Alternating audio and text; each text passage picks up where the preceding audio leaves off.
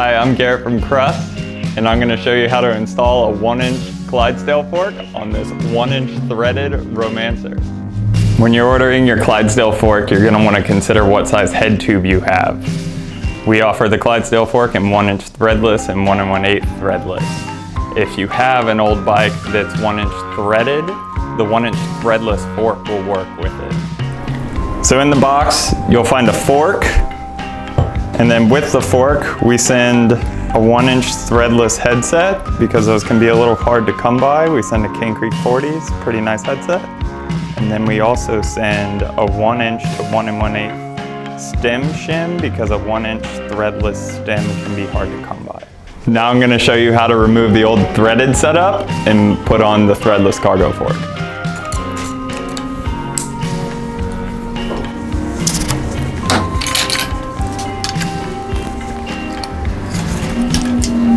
You're going to want to remove one side of your cockpit so that you can loosen the stem and remove the handlebar. It's always easier to undo these two bolts than it is to undo these two, just to keep everything in one piece. Next, you undo the stem and then drop the whole fork out.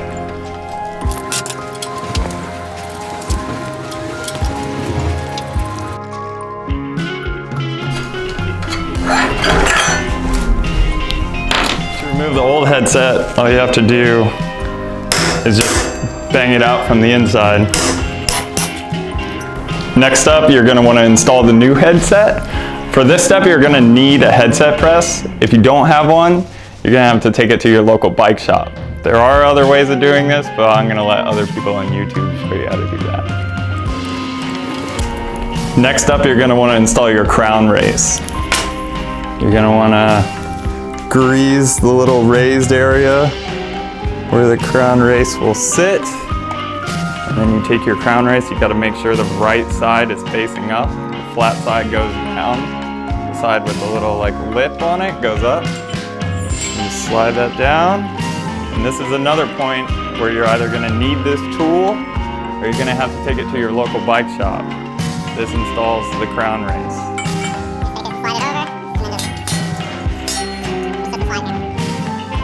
Make sure it's all even and it's not raised anywhere, and you're good to go. Next thing you're going to want to do is mock up your fork and measure where you're going to want to cut your steer tube. We're opting not to use a 1 1/8 stem, so we're not going to need this shim. Instead, we're going to use this premium product made for us by Nitto with a nice matching spacer, the elusive 1-inch stem. Slide your top cap on, however many spacers you're going to use,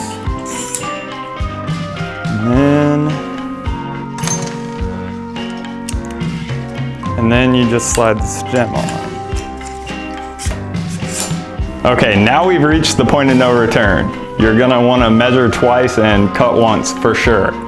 What I usually do is I take a little flathead screwdriver and I'll make sure everything's tight. You gotta make sure the top cap's on and it's all the way down and everything's squeezed all the way in like it's gonna be when it's installed. And you just take this flathead screwdriver and just make a mark all the way around the steer tube so you can see about where you're gonna wanna cut. And obviously when you have everything pulled out, you're gonna wanna cut slightly under this. So there's room for the compression cap and all that. To cut your steer tube, you can either use a hacksaw or a pipe cutter. We're opting for the pipe cutter because it's way easier.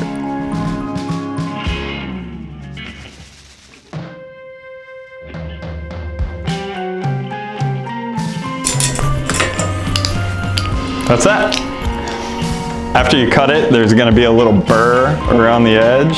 So you get to file it down and act like you're Brian Chapman or whoever your favorite frame builder is. Next up, we're gonna install the star nut. This is a star nut setting tool. You can knock the star nut in other ways, but we're professionals and we're not gonna do that.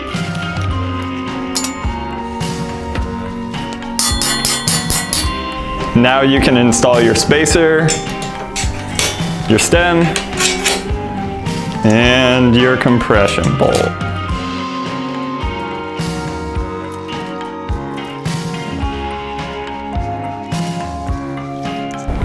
So from here, you're pretty much just working in reverse. You put your handlebar on and you can just reinstall your brake if you have a disc brake. If you add rim brakes, you're very likely gonna have to lengthen your front cable.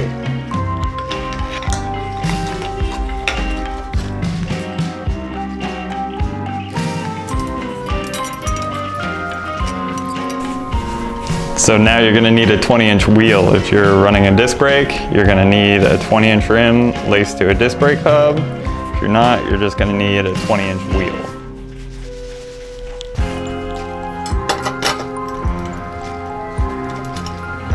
And now your bike is Clydesdaled.